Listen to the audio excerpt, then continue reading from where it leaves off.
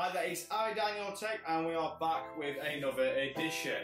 And we're going to show you what it's like to build a computer that's going to be able to take on some aspects of gaming, but it may not take on the high-end aspect of gaming with the high frame rates and stuff like that, but it's going to do the job. It's going to allow you to browse, it's going to allow you to get online, get that gaming done, possibly some recording, editing and stuff like that. So what we're going to do is we're going to jump straight in to what we've got for you. This is a box then with the main components, and we're going to get straight into this box for you. So we're just going to quickly slice that open, and I think that should be enough to get ourselves in here.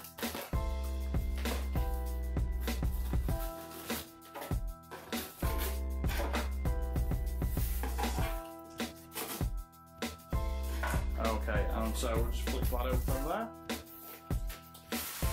And you've got to love this stuff, haven't you? Giant poppers. I'm going to have some fun with them later. Okay, so we'll just put all this to one side, and as you can see, we've got a lot of fun components here going on.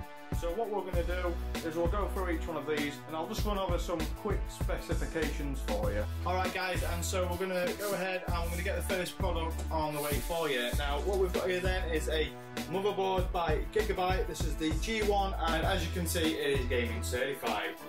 Now here we've got the Hero of the Storm, BlizzCon, exclusive BlizzCon motherboard partner, so it should then be an excellent board. It does say it is ultra durable.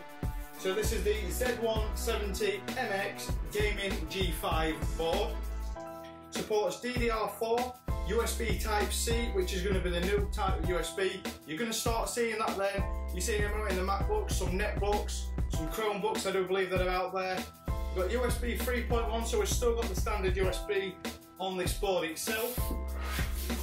And we've got some new Ethernet technology, some new PCI technology. So all in all, this board does pack the punch. So as you can see, there is a nice illustration here inside the box of what the board itself is going to look like, what kind of ports and stuff you're going to get. So here's the board itself.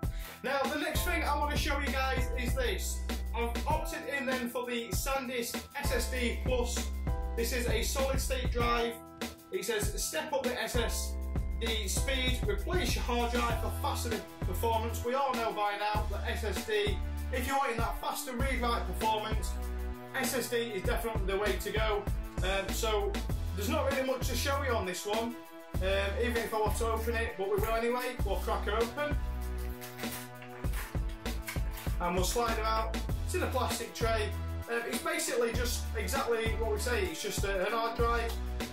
You can either screw it into the bracket in the tower, there's its warranty information, or you can stick it onto this nice back sticking plate, and you can, get that somewhere else in the tower if you're wanting to do that. Again, not really much to show you on that one. It's more about the performance, and again, if we do a review on this computer, I'll show you some performance tests. Now, moving on guys, we've got here the memory. Now this is DDR4, I went for the 2x8, which is 16 gig of DDR4 memory, and this is the 2400 megahertz. So then we've got here the i5. So this is a Core i5, and we've gone for the socket, which obviously that board is, which is the 1151 socket. So this is the i5, 4 cores, 4-way multitasking. It's got the Intel Turbo Boost technology, 2.0, and the Smart Cache on there, DDR4 and DDR3L memory. Obviously 3-year warranty. It does include a fan heatsink, so if you don't want anything too fancy, you've got that. And we went for the 3.2 gigahertz option and a 6 megabit cache. So then guys, we've got here a graphics card by Gigabyte.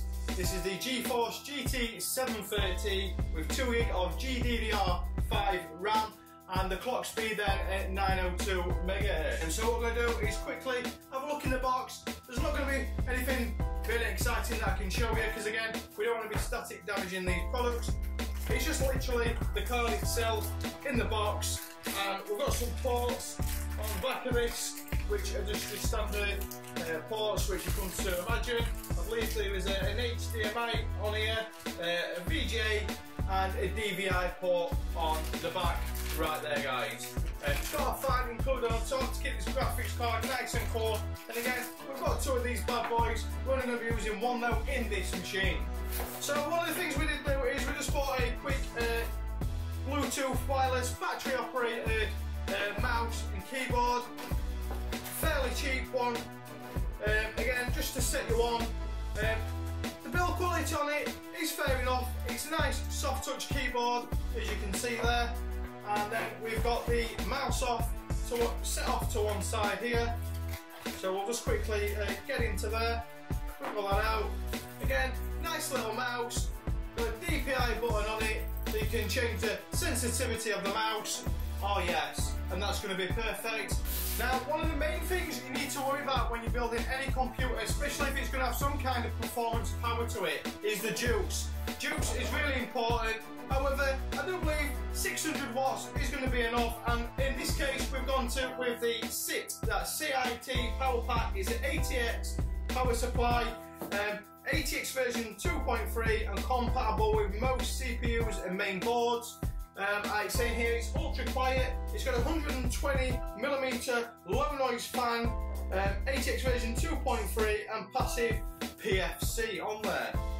So as you can see, it should then power everything on it. It's got all the SLI logos, and again, everything else you can come to imagine on there. Everything else that you could need. So we're quickly just going to slice that open. Put a little bit of a sticky on here.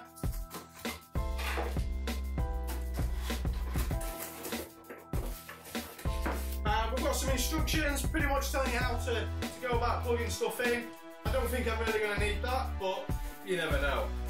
We've got a box here, which, funnily enough, has got nothing in. That's quite strange. And we've got some screws to fix it to the actual case itself. And then we've got the main feature, the power pack. So here's the power pack. Some of the cables then, as you can see, are wrapped to keep things nice and neat. But again, this power pack is going to serve the job we need it to. There's the lovely 120mm fan. But without further ado guys, I've been IDaniel. Thanks for watching. Peace.